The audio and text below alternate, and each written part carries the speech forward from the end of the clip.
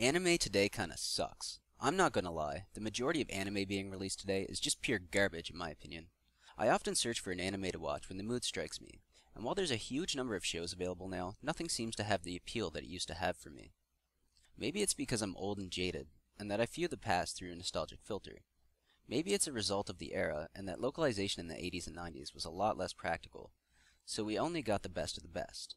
But I feel anime today simply does not stack up to the great anime of the past. Back in the 80s, I remember getting up at 6 a.m. every morning to watch Astro Boy. Dude, he was a pimp back then, with his rocket boots and ass guns. I also remember the original Dragon Ball series, and shows like Samurai Pizza Cats and Kuropian Friends. Don't get me wrong, I was a fan of the Teenage Mutant Ninja Turtles, G.I. Joe, and had an unhealthy obsession with the Ghostbusters. No, not those guys. The real Ghostbusters. Yeah.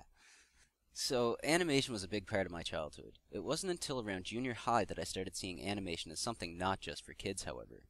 Around that time, with Canadian cable, we didn't have the Cartoon Network with Toonami. Although we did have YTV, which had some of the shows like Dragon Ball Z and Gundam Wing, mixed in with a slew of North American animated shows like Animaniacs, Reboot, Gargoyles, and Darkwing Duck. But on the other Canadian cartoon channel, Teletoon, those who were able to stay up until late nights would be treated to a taste of adult animation, with shows that cater to a more adult audience. So we had shows like Duckman, Todd McFarlane's Spawn, MTV's The Head, and occasionally a movie. Funny enough, every entry in this list aired on the late night slot on Teletoon at some point during the 90s. If you clicked on this video thinking I was going to review porn and made it this far, congratulations, you completely missed the point. While the subject here is adult anime, most of these films are fairly tame, minus the occasional adult situation, a boob here or there, and, this guy. Yeah. So without any further delay, I present you with my top 5 adult anime. Number 5, Wings of Hananamase. Wings of Hananamase takes place in an alternate steampunk Earth and follows the story of Shirasugur Ladad, who is drafted by the space program. It follows his coming of age as he overcomes technological difficulties, spiritual doubt, and political red tape. This one is a bit on the serious and dull side, but it has a very unique art direction and character arcs. It barely beat out Dominion Tank Police for the 5th position. Also, Richard Epcar. Number 4, Patlabor. Patlabor takes place in Japan in 2002. Being historically accurate, giant fighting robots are widely employed in the workforce. Okay, to be fair, this was made in '89, so this was the future back then. Cut them a break. Anyway, the plot is a rather complex mystery having to do with a virus in the operating system of the labor robots, triggered by a mysterious source. Footage from Patlabor was also featured in an awesome music video. Richard Epcar was in Patlabor 3. Number 3, Ninja Scroll. Ninja Scroll is one of the most violent and therefore awesome animes I can think of.